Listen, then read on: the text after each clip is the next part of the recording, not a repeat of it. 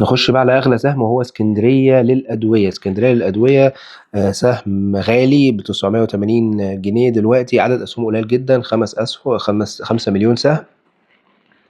نتائج أعماله في ال9 شهور 430 مليون جنيه، متوقع إن هو يقفل برضه السنة عند 600 مليون جنيه، بنصيب سهم من الأرباح حوالي 120 جنيه، وده رقم كبير جدا.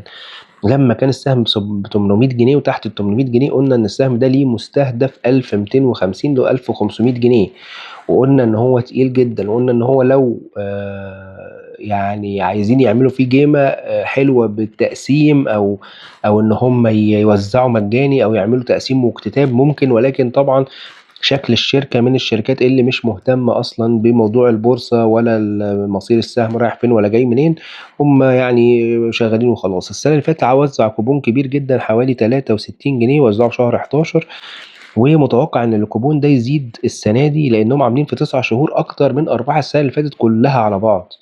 فنصيب السهم الأرباح 120 جنيه على الأرباح المتوقعة الإجمالية في 25/26 اللي هو بتخلص فيه 30/6. وأتوقع برضو إن السهم يجيب مستهدفه عند 1250 جنيه ويعبرها إلى 1500 جنيه كمان بدون أي أخبار. يعني إحنا قلنا إن اسكندرية والعربية اسكندرية والعربية ومنفيس لغاية دلوقتي مفيش أي أخبار غير إن هما شركات أدوية قوية بتوزع أرباح قوية، لكن مفيش أي أخبار، وإن كان أقربهم إلى الأخبار هو منفيس، هو اللي ممكن يعمل اكتتاب أو مجاني.